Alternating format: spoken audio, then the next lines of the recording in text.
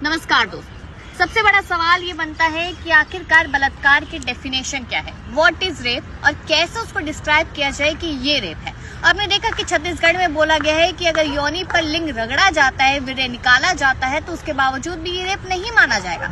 इससे पहले आप देखिए कि मध्य प्रदेश और उत्तर प्रदेश में अलग अलग यहाँ पर स्टेटमेंट आई थी सामने कि अगर पजामा खींचा जाता है, आपके स्तनों को दबाया जाता है तो उसको रेप नहीं माना जाएगा।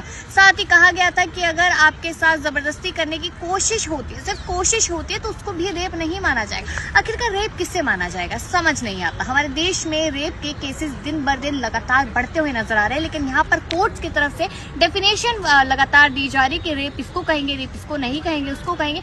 ये सारी चीजें यानी कि एक बहुत बड़ी बात है कि कोई रेपिस्ट अगर किसी लड़की को किडनैप कर रहा है और किडनैप करने के बाद वो सिर्फ रगड़ रहा है, अपना वीर्य वहां पर निकाल रहा है, उसके बाद भी वो रेप नहीं होगा।